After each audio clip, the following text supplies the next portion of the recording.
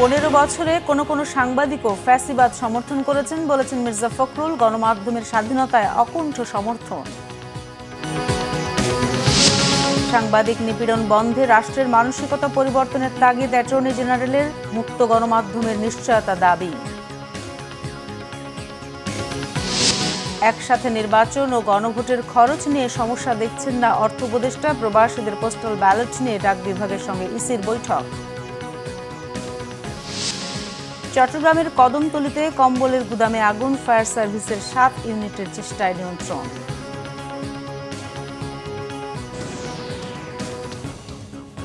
দেখছিলেন crown cement সংবাদ শিরোনাম, এবারে বিস্তারিত। বিএনপি মহাসচিব মির্জা ফখরুল ইসলাম আলমগীর বলেছেন, তাদের 31 দফা সংস্কারে গণমাধ্যমের স্বাধীনতার কথা রয়েছে। গেল 15 বছর অনেক সাংবাদিক নিজ উদ্যোগে ফ্যাসিবাদ সমর্থন করেছেন, সেখান থেকে বেরিয়ে আসার আহ্বান জানান তিনি।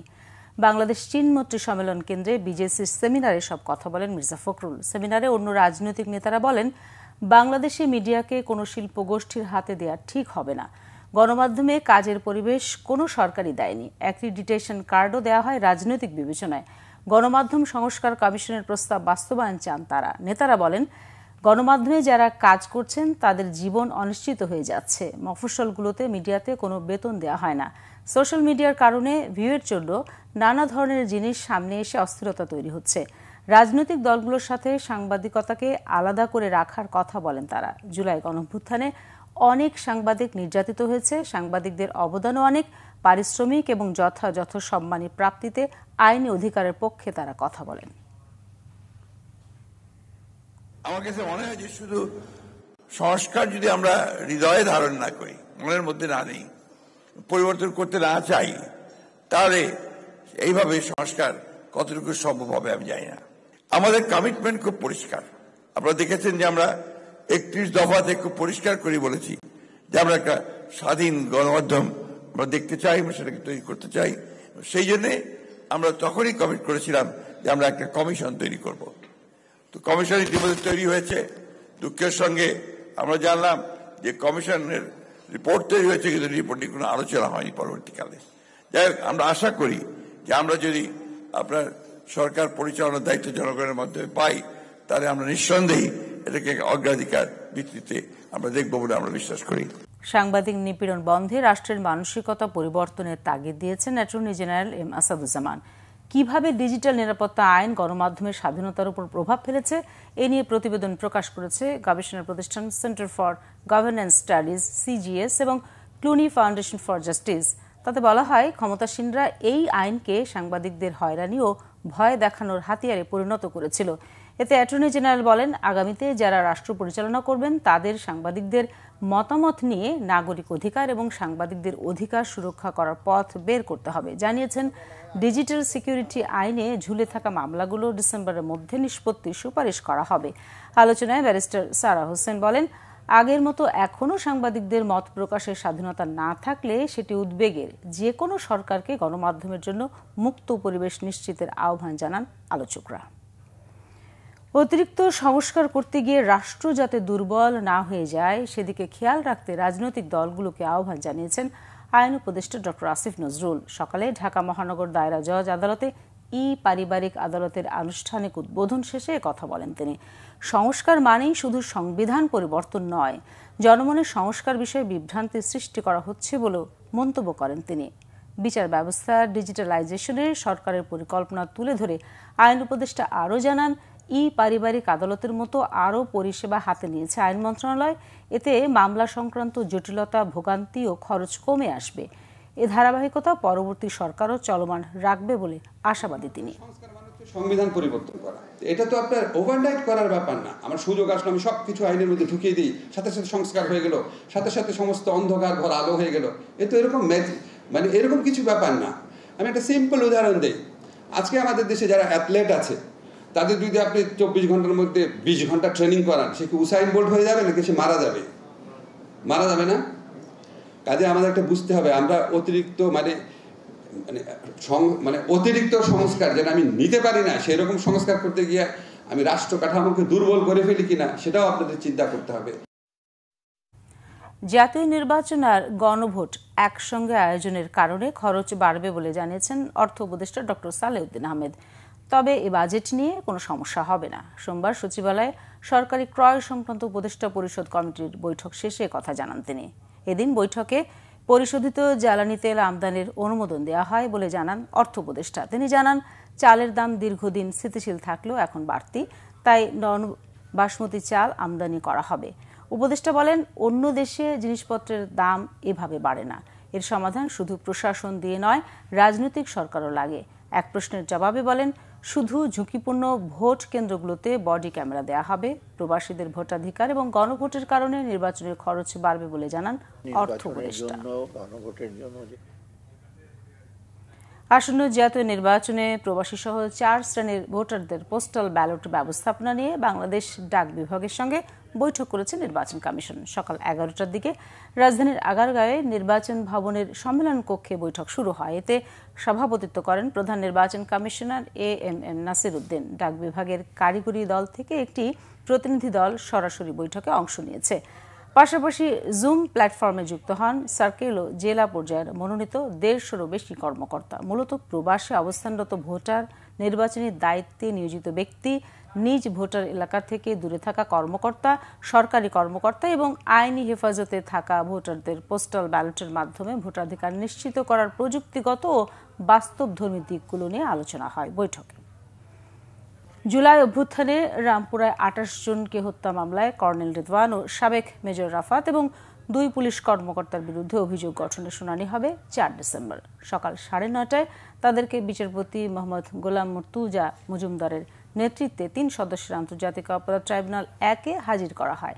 ট্রাইব্যুনাল জুড়ে নেওয়া হয় কড়া নিরাপত্তা ব্যবস্থা। বৈষম্য বিরোধী ছাত্র আন্দোলনের সময় রাজধানীর রামপুরে 28 জনকে হত্যার অভিযোগে দায়ের করা মানবতা বিরোধী অপরাধের মামলায় বর্ডার গার্ড বাংলাদেশ বিজিবির সাবেক কর্মকর্তা লেফটেন্যান্ট কর্নেল রিদওয়ানুল ইসলাম সহ 4 জনের বিরুদ্ধে গত 8 অক্টোবর আনুষ্ঠানিক অভিযোগ আমলে নেন আন্তর্জাতিক অপরাধ ট্রাইব্যুনাল। একই সঙ্গে আদালত অভিযুক্তদের বিরুদ্ধে গ্রেফতারি পরোয়ানা জারি করে। এছাড়া 27 নভেম্বর আবু সাইদ হত্যা মামলার পরবর্তী সাক্ষ্য গ্রহণের তারিখ দেওয়া হয়েছে। মৎস্য প্রাণী সম্পদ বিষয়ক উপদেষ্টা ফরিদা আক্তার জানিয়েছেন, উৎপাদন খরচ কমিয়ে ফিডের দাম কমানোর চেষ্টা করছে সরকার। জাতীয় প্রাণী সম্পদ সপ্তাহ পালন উপলক্ষে সচিবালয়ে এক ব্রিফিংয়ে একথা জানান তিনি। প্রাণী সম্পদ উপদেষ্টা জানান, ফিড তৈরির কারখানাগুলোতে বিদ্যুতের দাম কমানোর চেষ্টা চলছে। সেটা করা গেলে মৎস্য ও প্রাণী ফিডের দাম কমবে। তিনি জানান, 26 নভেম্বর থেকে 2 ডিসেম্বর পর্যন্ত দেশে প্রথমবারের মতো জাতীয় প্রাণী সম্পদ সপ্তাহ পালন করতে যাচ্ছে সরকার। রাজধানীর বাংলাদেশ চীন মৈত্রী সম্মেলন কক্ষে হবে মূল আনুষ্ঠানিকতা। বিভিন্ন ক্ষেত্রে অবদানের স্বীকৃতি হিসেবে 5 ক্যাটাগরিতে 15 জনকে সম্মাননা দেওয়া হবে। এক প্রশ্নের জবাবে উপদেষ্টা জানান, কোনো সরকার সব কাজ শেষ করতে পারে না। বর্তমান সরকার অনেক কাজ এগিয়ে রাখছে, যা নির্বাচিত সরকার শেষ করবে। দুর্নীতির বিরুদ্ধে গণশুনানি হয়েছে হবিগঞ্জ জেলা শিল্পকলা একাডেমিতে। এতে প্রধান অতিথি ছিলেন দুর্নীতি দমন কমিশন দুদক চেয়ারম্যান ডক্টর মোহাম্মদ আব্দুল মোমেন। এ সময় তিনি সেবা গ্রহীতাদের অভিযোগ সমাধানের আশ্বাস দেন। জেলা প্রশাসক আবু হাসনাত মোহাম্মদ আরিফিনের সভাপতিত্বে অনুষ্ঠানে বিশেষ অতিথি ছিলেন দুর্নীতি দমন কমিশনের কমিশনার মিয়া মোহাম্মদ আলী আকবর আজিজি, দুর্নীতি দমন কমিশনের সচিব মোহাম্মদ খালেদ রহিম। বক্তব্য রাখেন police super ANM Sajidur Rahman সহ অনেকে। পরে সেবা গ্রহীতাদের 85টি অভিযোগের শুনানি অনুষ্ঠিত হয়। ফায়ার সার্ভিসের 7টি ইউনিটের প্রায় 2.5 ঘন্টার চেষ্টায় নিয়ন্ত্রণ এসেছে চট্টগ্রাম মহানগরের কদমতলীতে কম্বলের গুদামে লাগা আগুন। নগরীর কোতোয়ালি থানার কদমতলী পোড়া মসজিদ এলাকার চেয়ারম্যান বিল্ডিংয়ে দুপুর 1:30টার দিকে অগ্নিকাণ্ডের ঘটনা ঘটে। স্থানীয়রা জানিয়েছে, ভবনটিতে আগে পোশাক কারখানা থাকলেও এখন সেটি কেবলমাত্র গুদাম হিসেবে ব্যবহৃত হয়। শীত উপলক্ষে বিপুল পরিমাণ কম্বল মজুত করা হয়েছিল গুদামটিতে। গুদামটির কর্মচারীরা জানান, দুপুর 12:30টার দিকে কাজ শেষ করে তারা গুদাম থেকে বেরিয়ে যান। সেখানে কোনো শ্রমিক ছিল না বলেও জানান তারা। এদিকে ধোঁয়ায় চারদিক ঢেকে যাওয়ায় আগুন নেভাতে বেশ বেগ পেতে হয় দমকল কর্মীদের। কিভাবে আগুনের সূত্রপাত ও কী পরিমাণ ক্ষয়ক্ষতি হয়েছে তা উদ্ঘাটনে তদন্ত চলছে। তুচ্ছ ঘটনায় ফরিদপুরের বোয়ালমারী ও সালথা উপজেলার 2 গ্রুপের সংঘর্ষে আহত হয়েছে অন্তত 30 জন। পুলিশ জানায়, সকাল 7টা থেকে বেলা 10টা পর্যন্ত চলে হামলা ও সংঘর্ষ। পরে খবর পেয়ে পুলিশ ও সেনাবাহিনী ঘটনাস্থলে পৌঁছে পরিস্থিতি নিয়ন্ত্রণে আনে। স্থানীয়রা জানায়, বোয়ালমারীর পরমেশ্বরদী ও তেলজুড়ি গ্রামের সাথে পার্শ্ববর্তী সালথা উপজেলার খারদিয়া গ্রামের লোক দলবদ্ধ হয়ে সংঘর্ষে জড়ায়। এক পর্যায়ে তা রণক্ষেত্রে রূপ নেয়। আহতদের উপজেলা স্বাস্থ্য কমপ্লেক্স ও ফরিদপুর মেডিকেল কলেজ হাসপাতালে ভর্তি করা হয়েছে। এলাকায় এখনও থমথমে। চট্টগ্রাম বন্দরে 2 মাস পড়ে থাকা ভুটানের ট্রান্সশিপমেন্ট পণ্যের চালান খালাস হচ্ছে কাল। খালাসের পর চালানটি ভুটান নেওয়া হবে। থাইল্যান্ড থেকে আসা ভুটানের পরীক্ষামূলক চালানটিতে 6530 কেজি পণ্য রয়েছে। এসব পণ্যের মধ্যে রয়েছে শ্যাম্পু, শুকনো পাম ফল, আইস টি, চকলেট ও জুস। চালানটি রপ্তানিকারক থাইল্যান্ডের অ্যাবিড ট্রেডিং কোম্পানি লিমিটেড আর আমদানি করেছে ভুটানের অ্যাবিড ট্রেডিং। বাংলাদেশ ভুটানের মধ্যে স্বাক্ষরিত agreement on the movement of traffic in transit চুক্তি ও প্রোটোকলের আওতায় পরীক্ষামূলক চালানটি নেওয়া হচ্ছে। 2023 সালের 22 মার্চ এই চুক্তি ও প্রোটোকল সই হয়। ভুটান স্থলবেষ্টিত হওয়ায় দেশটিতে কোনো সমুদ্রবন্দর নেই, ফলে তৃতীয় দেশের মাধ্যমে পণ্য আমদানি করতে হয়। বাংলাদেশের মাধ্যমে শুরু হওয়া পরীক্ষামূলক চালান পরিবহনে দেশটি সন্তুষ্ট হলে নিয়মিত পণ্য পরিবহন শুরু হতে পারে। সরকারি চাকরিতে কোটা বৈষম্য এবং নিয়োগ জালিয়াতির অভিযোগ তুলে রাঙামাটিতে জেলা পরিষদ ভবনের শাটডাউন কর্মসূচি পালন করছে কোটা বিরোধী ঐক্য জোট। সোমবার সকাল থেকে রাঙামাটি পার্বত্য জেলা পরিষদ ভবনের প্রধান ফটক বন্ধ করে দেয় আন্দোলনকারীরা। কোটা বিরোধী ঐক্য জোটের নেতাকর্মী, সাধারণ শিক্ষার্থী এবং নাগরিক কমিটির নেতাকর্মীরা সেখানে অবস্থান নিয়ে বিক্ষোভ সমাবেশ করে। সরকারি চাকরিতে কোটা বৈষম্য, প্রশ্নপত্র জালিয়াতি, ফলাফল প্রকাশে অনিয়ম এবং নিয়োগ জালিয়াতির প্রতিবাদে কর্মসূচি পালন করা হচ্ছে বলে জানায় আন্দোলনকারীরা। এর পাশাপাশি নভেম্বরের মধ্যে রাঙামাটি জেলায় শিক্ষক নিয়োগ সম্পন্ন করার দাবিও জানানো হয়। দাবি পূরণ না হওয়া পর্যন্ত শাটডাউন কর্মসূচি চলবে বলে জানায় আন্দোলনকারীরা। আশুলিয়ায় তাজরিন ট্র্যাজেডির 13 বছর আজ। তাজরিন গার্মেন্টসের পরিত্যক্ত ভবনের সামনে ফুল দিয়ে অগ্নিকাণ্ডে নিহত শ্রমিকদের স্মরণ করলেন স্বজনরা। শ্রদ্ধা জানানো হয় বিভিন্ন শ্রমিক সংগঠনের পক্ষ থেকেও। সকালে আগুনে ক্ষতিগ্রস্ত তাজরিন ফ্যাশনের সামনে স্মরণসভা ও দোয়া মাহফিলে অংশ নেন তাজরিন ফ্যাশনসের আহত শ্রমিক এবং বিভিন্ন সংগঠনের নেতারা। স্মরণসভায় শ্রমিকদের দ্রুত পুনর্বাসন, ক্ষতিপূরণ ও দায়ীদের শাস্তি দাবি করেন বক্তারা। শ্রমিক নেতারা অভিযোগ করেন, সরকারের অসহযোগিতার কারণেই দোষী ব্যক্তিদের বিচার নিশ্চিত করা সম্ভব হচ্ছে না। সাক্ষী জটিলতা ও মালিক পক্ষের অসহযোগিতার কারণে মামলার অগ্রগতি থমকে রয়েছে বলে অভিযোগ তাদের। দিবসটি উপলক্ষে বিভিন্ন সংগঠনের পক্ষ থেকে দিনব্যাপী নানা কর্মসূচির আয়োজন করা হয়েছে। বাগেরহাটের চিতলমারীতে চলছে পানি উন্নয়ন বোর্ডের জমি দখলের মহোৎসব। বেড়িবাঁধের 2 পাশে জমি জবরদখল করে ভবন নির্মাণ করেছে প্রভাবশালীরা। স্থানীয়দের অভিযোগ, দীর্ঘদিন ধরে দখল চললেও নানা কারণে দৃশ্যমান কোনো ব্যবস্থা নিতে পারেনি পানি উন্নয়ন বোর্ড। আইন অনুযায়ী দখলদারদের উচ্ছেদের দাবি জানিয়েছেন রাজনীতিবিদ ও আইনজীবীরা। বাগেরহাট প্রতিনিধি মাসুদুল হকের তথ্য, ছবিতে ডেস্ক রিপোর্ট। সড়কের 2 পাশে সারি সারি ভবন, দোকান, ব্যবসা প্রতিষ্ঠান করে ওঠার এই দৃশ্যটি বাগেরহাটের চিতলমারীতে। বিভিন্ন সময় এসব অবৈধ স্থাপনা উচ্ছেদে তালিকা ও চিঠি চালাচালি হলেও দৃশ্যমান কোনো ব্যবস্থা নিতে পারেনি পানি উন্নয়ন বোর্ড। অভিযোগ রয়েছে, বাঁধের পাশে জলাশয় ভরাট করে ভবন নির্মাণও করছে কেউ কেউ। দখলদারদের কেউ কেউ নিজের জমি দাবি করলেও অনেকে বলছেন জমি না থাকায় করেছেন এসব বসতি। পানি উন্নয়ন বোর্ডের যে জায়গা আছে সেটা যদি মাপজোপ করে আমার স্থাপনায় বাঁধে তাহলে আমি ভেঙে দিব, আমার কোনো আপত্তি নাই। 30 বছর হয়েছে আমার স্বামী মারা গেছে, আমি কোনোদিন আমাকে টাকা জমি থাকলে তার আমি থাকতাম না। আমাদের অনেক থাকার মতন ব্যবস্থা না করে দিলে তো আমরা থাকতে পারবো না। আমাদের নিজস্ব বাড়ি ঘর নাই থাকার মতন। আওয়ামী লীগের সময় পয়সা করে দিতে হতো। হ্যাঁ, পয়সা করে অনেক কিছু খরচ হয়েছে। তবে দখল এড়াতে কঠোরভাবে মনিটরিং করা হচ্ছে জানিয়েছে পানি উন্নয়ন বোর্ড। অবৈধ স্থাপনা চিহ্নিত করেছি। এই অবৈধ স্থাপনা যারা নির্মাণ করেছে তাদেরকে আমরা ইতিমধ্যে নোটিশ জারি করেছি। এই নোটিশের একটি প্রক্রিয়া আছে। এই প্রক্রিয়া সমাপ্ত হলে আমরা ফিজিক্যালি উচ্ছেদ কার্যক্রমে অংশগ্রহণ শুরু করব। রাষ্ট্রীয় নানা প্রয়োজনে জমিগুলো ব্যবহার বাড়ানো উচিত বলে মনে করছেন আইনজীবী ও রাজনীতিকরা। অতি দ্রুত তারা সেই জায়গাগুলোকে চিহ্নিত করে এবং যেগুলোর বৈধ কাগজপত্র আছে সেগুলোকে বাদ দিয়ে যারা এই দখলদারিত্ব করছে, এই দখলদারিত্ব মুক্ত করার জন্য তাদের অনতিবিলম্বে জেলা প্রশাসনের সাথে উদ্যোগ গ্রহণ করে সেখানে মোবাইল কোর্ট হোক বা যে ধরনের আইনি ব্যবস্থা গ্রহণ করা প্রয়োজন সেগুলো তারা গ্রহণ করবে। বাগেরহাটের 9টি উপজেলায় পানি উন্নয়ন বোর্ডের অধিগ্রহণ করা 3600 একর জমি রয়েছে। এসব জমিতে গড়ে উঠেছে 2000-এর বেশি অবৈধ স্থাপনা। Bangla vision news desk. এবারে দেশের বিভিন্ন জায়গার আরো কিছু খবর নিয়ে রয়েছে একটি ডেস্ক রিপোর্ট। নারী ও শিশু অধিকার ফোরামের সমাবেশ হয়েছে বগুড়ার কাহালু উপজেলার নারহট্ট উচ্চ বিদ্যালয় মাঠে। এতে বক্তব্য রাখেন বিএনপির স্থায়ী কমিটির সদস্য ও সংগঠনটির আহ্বায়ক সেলিমা রহমান, ফোরামের সদস্য সচিব অ্যাডভোকেট নিপুণ রায় চৌধুরী সহ অন্যরা। নরসিংদী ২ পলাশ আসনের ৫ দোনায় বিএনপি মনোনীত প্রার্থী ও বিএনপির স্থায়ী কমিটির সদস্য ডক্টর আব্দুল মঈন খানের পক্ষে ধানের শীষে ভোট চেয়ে গণসংযোগ ও ৩১ দফার লিফলেট বিতরণ করেছে জেলা যুবদল। জেলা যুবদলের সিনিয়র সহসভাপতি শাহিন শাহ শানুর নেতৃত্বে এই গণসংযোগ ও লিফলেট বিতরণ করা হয়। ঢাকা ১৯ আসনে সাভার আশুলিয়া বিএনপির মনোনীত প্রার্থীর পক্ষে জনসভা করেছেন পাথালিয়া ইউনিয়ন বিএনপি। আশুলিয়ার নয়ারহাট এলাকার গণবিদ্যাপীঠ স্কুল মাঠে পাথালিয়া ইউনিয়ন বিএনপির সভাপতি মোহাম্মদ আব্দুস সোবহানের সভাপতিত্বে প্রধান অতিথি ছিলেন ঢাকা ১৯ আসনের সাবেক সংসদ সদস্য ডাক্তার দেওয়ান মোহাম্মদ সালাউদ্দিন বাবু। মুন্সিগঞ্জ ১ আসনে বিএনপির মনোনীত প্রার্থী শেখ মোহাম্মদ আবদুল্লাহ বলেছেন দল তাকে মনোনয়ন দিয়েছে, দল দরকার মনে করলে মনোনয়ন পাল্টে যাকে দেবে তার সাথেও কাজ করবেন তিনি।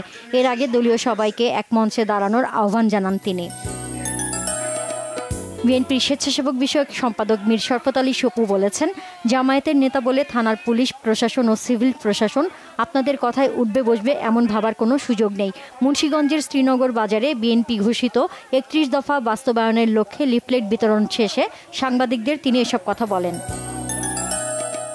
খাগড়াছড়িতে কেন্দ্রীয় বিএনপির সহ কর্মসংস্থান বিষয়ক সম্পাদক ও খাগড়াছড়ি আসনে বিএনপির মনোনীত প্রার্থী ওয়াদুদ ভূঁইয়ার সমর্থনে ডোর টু ডোর কর্মসূচির আওতায় শহরের উত্তর গঞ্জপাড়া ও দক্ষিণ গঞ্জপাড়ায় প্রচারণা চালিয়েছে বিএনপি। এতে নেতৃত্ব দেন জেলা বিএনপির প্রধান উপদেষ্টা জাকিয়া জিনাত বিথি। খাগড়াছড়ি জেলা ইসলামী ছাত্র শিবিরের সাবেক সাধারণ সম্পাদক রুবেল অর্ধশতাধিক কর্মী সমর্থক নিয়ে ছাত্রদলে যোগ দিয়েছেন। কেন্দ্রীয় বিএনপির সহ কর্মসংস্থান বিষয়ক সম্পাদক ও খাগড়াছড়ি আসনে বিএনপির মনোনীত প্রার্থী ওয়াদুদ ভূঁইয়ার হাতে ফুলের তোড়া তুলে দেন তারা। সিলেট ৬ আসনে জামায়াতের প্রার্থী ঢাকা উত্তর জামায়াতের আমির মোহাম্মদ সেলিমউদ্দিনের দাড়িপাল্লা প্রতীকের সমর্থনে শোভাযাত্রা হয়েছে বিয়ানীবাজারে। উপজেলার পিএইচজি খেলার মাঠ থেকে লাল সবুজের শোভাযাত্রা পৌর শহরের বিভিন্ন সড়ক ঘুরে আসে। নাটোরে সমতল আদিবাসী সম্মেলন অনুষ্ঠিত হয়েছে। জেলা পরিষদ অডিটোরিয়ামে এর উদ্বোধন করেন তত্ত্বাবধায়ক সরকারের সাবেক উপদেষ্টা ও নারী নেত্রী সুলতানা কামাল। বক্তব্য রাখেন ক্রিশ্চিয়ান এইডের কান্ট্রি ডিরেক্টর নুজহাত জাবিন সহ অন্যরা। বাংলাদেশ খেলাফত মজলিসের নেত্রকোনা ১ আসনের মনোনীত প্রার্থী গোলাম রব্বানীর রিকশা প্রতীকের পক্ষে মোটরসাইকেল শোডাউন হয়েছে। কলমাকান্দা ও দুর্গাপুর উপজেলার বিভিন্ন ইউনিয়নে এই শোডাউন ও পথসভা করে দলটির নেতাকর্মীরা। সাতক্ষীরা সরকারি কলেজে ফায়ার ফাইটিং ম্যানেজমেন্ট ট্রেনিং অনুষ্ঠিত হয়েছে। সুন্দরবন রেজিমেন্টে ২১ বিএনসিসি ব্যাটালিয়ন, সরকারি college, Satkhira public school and college ও বাবুলিয়া জিএসসি মাধ্যমিক বিদ্যালয়ের ক্যাডেটরা সহ প্রায় ৪ শতাধিক ছাত্রছাত্রী এই ট্রেনিং ও মহড়ায় অংশগ্রহণ করে। সার ডিলার নিয়োগের নীতিমালা বাতিল ও খুচরা ডিলার বহাল রাখার দাবিতে মানববন্ধন হয়েছে সুনামগঞ্জের দোয়ারা বাজারে। উপজেলা পরিষদ চত্বরে ঘণ্টাব্যাপী এই কর্মসূচি হয়। বাগেরহাটে নারী এবং যুবদের নির্বাচনী অংশগ্রহণ ও নেতৃত্ব বিকাশে নাগরিক সমাজ সম্মেলন অনুষ্ঠিত হয়েছে। শহরের জেলা পরিষদ অডিটোরিয়ামে এতে নির্বাচন ও নির্বাচনী বিভিন্ন কাজে নারী ও যুবকদের অংশগ্রহণ বৃদ্ধির নানা কৌশল নিয়ে আলোচনা করা হয়। ট্রাফিক ইন্সপেক্টর মীর আনোয়ারের অপসারণ সহ ৭ দফা দাবি বাস্তবায়নের দাবিতে মানববন্ধন হয়েছে ব্রাহ্মণবাড়িয়ায়। কুমিল্লা সিলেট মহাসড়কের কাউতলী এলাকায় এ কর্মসূচির আয়োজন করে জেলা সড়ক পরিবহন মালিক শ্রমিক ঐক্য পরিষদ। হিজবুর রাসুল হবিগঞ্জের জেলার উদ্যোগে তরিকত সম্মেলন অনুষ্ঠিত হয়েছে। জেলা পরিষদ মিলনায়তনে এতে প্রধান অতিথি ছিলেন পীরে কামেল হজরত মাওলানা সৈয়দ বাহাদুর শাহ মোজাদ্দেদি আল আবেদি। ঝালকাঠির রাজাপুরে এইচএসসি ও আলিম শ্রেণীর কৃতি শিক্ষার্থীদের সংবর্ধনা দেওয়া হয়েছে। রাজাপুর কাঠালিয়া সড়কের বাইপাস মোড়ে সংবর্ধনা অনুষ্ঠানের আয়োজন করে সংবিধান সংস্কার কমিটির সদস্য ও বিএনপি নেতা ব্যারিস্টার মঈন ফিরোজি ও সাবরিনা সামাদ ফিরোজি। গাজীপুরে ভূমি অফিসের অসাধু কর্মকর্তা সহ জাল খতিয়ান ও দলিল সৃষ্টিকারী ভূমিদস্যুদের শাস্তির দাবিতে কাফনের কাপড় পরে অবস্থান কর্মসূচি, বিক্ষোভ মিছিল ও মানববন্ধন করেছেন ভুক্তভোগীরা। Nazneen Akter, Bangla vision news desk.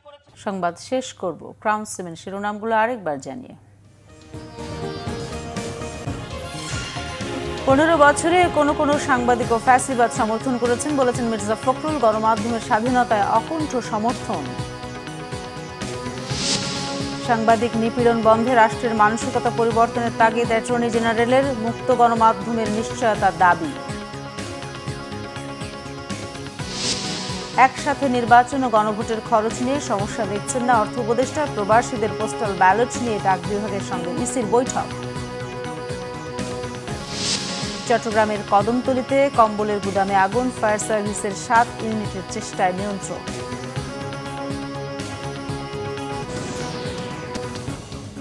দর্শক, এই ছিল এখনকার মতো। পরের সংবাদ সন্ধ্যা 7:30টায় দেখার আমন্ত্রণ রইল। ধন্যবাদ সবাইকে এতক্ষণ সাথে থাকার জন্য।